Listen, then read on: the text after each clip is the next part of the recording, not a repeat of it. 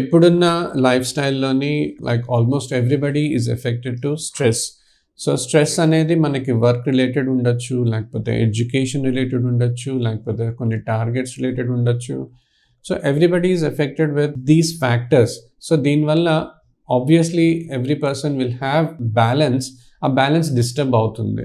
So balance disturb అయినప్పుడు either the person can land in depression or even anxiety. There is another entity also which has a very excited mood.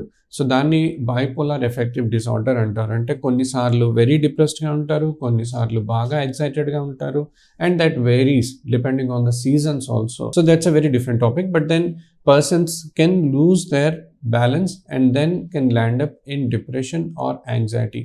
So usual reasons అయితే ఈ work related stress కానీ, education కానీ ఈ factors ఉంటాయి.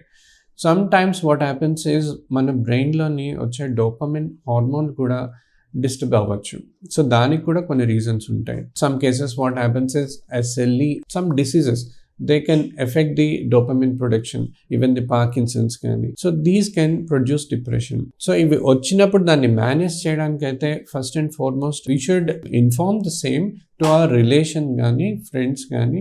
Then they will give some suggestions. Like for example, నార్మల్గా లేదు situation, so you have to go and consult a psychiatrist అని. Based on the discussion that happens with the psychiatrist, he will analyze in which stage you are there. Like డిప్రెషన్లో కూడా కొన్ని mild ఉండొచ్చు, కొన్ని severe ఉండొచ్చు. So mild ఉంటే counselling వరకు సరిపోతుంది. ఒకవేళ సివియర్ ఉంటే దానికి మెడికేషన్ పెడతారు.